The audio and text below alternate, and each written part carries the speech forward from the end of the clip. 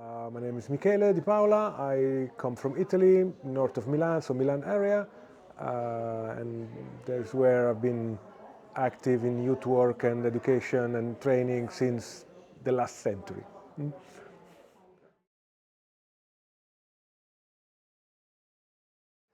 I've been dealing with this topic since before it had a name and it was a topic, I would say. So I can say I went through different steps and incarnations of digital transformation, but the last thing I'm having fun doing, apart the ongoing concept of supporting and training youth workers, parents, kids, whoever wants to express themselves through technology and digital spaces. But I was saying that the most up-to-date thing that I'm really having fun and getting satisfaction in doing is finding and experimenting ways of using video games in educational context, either formal or non-formal, and to see the learning that can be get out of these experimentations.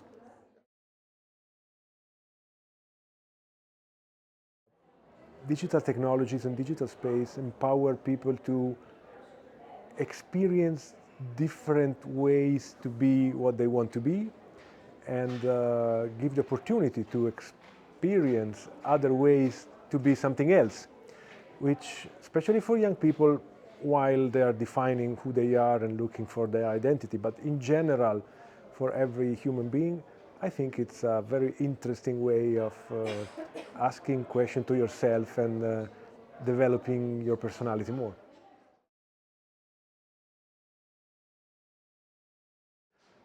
Oh, well, here should be a very long list of names and people to say thank you to.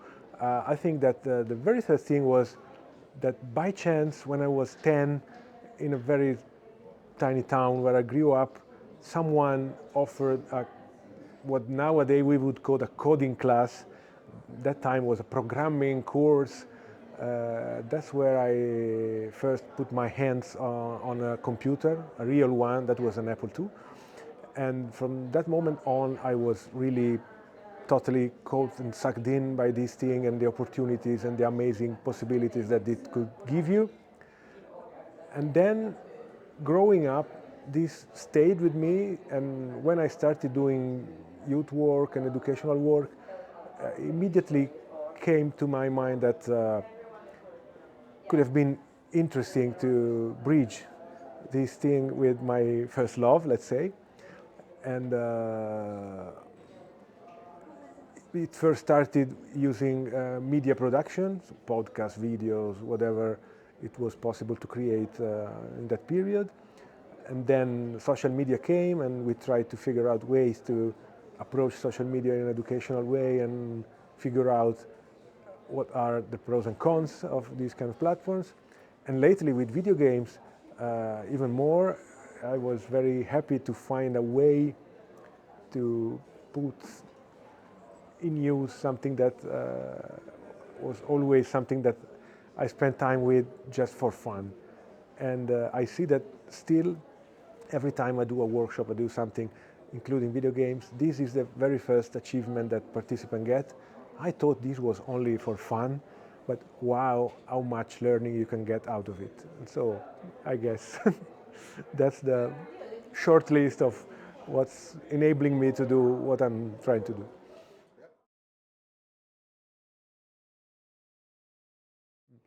The challenge is, I think, we should be very honest and saying that most of the time deal with inclusion of participants on a very wide number of levels, from the very basic access to devices, connectivity, and software and whatsoever, which is still a matter of money and so directly deals with poverty, inequality, social injustice, and whatsoever, up to the difficulty to find someone which is able to get what this is all about. So schools, educational systems are often very suspicious about giving opportunities to kids, for instance, to deal with this kind of activities. So the biggest, let's say, threats or anyway issues to me, I would say, are these two. First, let's say, access, and so inclusion. Second, recognition, acknowledgement of the fact that there is learning in these aspects as well, and it could be interesting to experience different approaches and different ways of learning using these tools. People, human beings, are always ready to play games. So play is part of what we are and how we learn. And this is a new, I mean not so new, but anyway, innovative approach to playing. And so it can be an innovative approach to personal development. And I guess this is very, very big in terms of possible impact in all educational systems. And the other thing is that most of the time we consider video games, especially, which this is what I'm dealing with in the last few years, as something you play alone, but it's totally, totally untrue. There are so many opportunities to play together with other people, either if you play multiplayers, but even if you play single-player games, I mean, people will find a way to socialize and create communities and meet people and talk to each other, even about experiences which are designed to be for one person at a time. So I guess these two things are very interesting opportunities to keep in mind.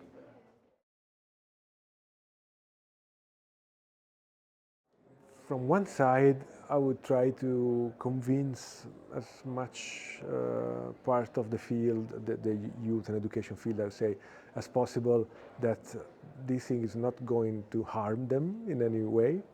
So again, it's training and developing of skills and competencies, but this is very technical. But also, one of the reasons why I started dealing with video games is that they are already the perfect mainstream element, and so the moment you bring up a very common, a very popular game, be it a game from nowadays or even a game from the past, because I have experiences of putting up a old game from the late 80s in a city party, in a city holiday like this, and I got parents coming with the kids and showing the kids, you see, these were the games I was playing with when a kid.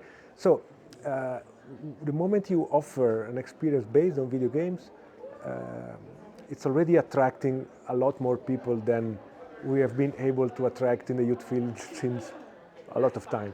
So once again, I would underline the power of these tools to, yeah, to be a drive for people to come closer to what we are offering.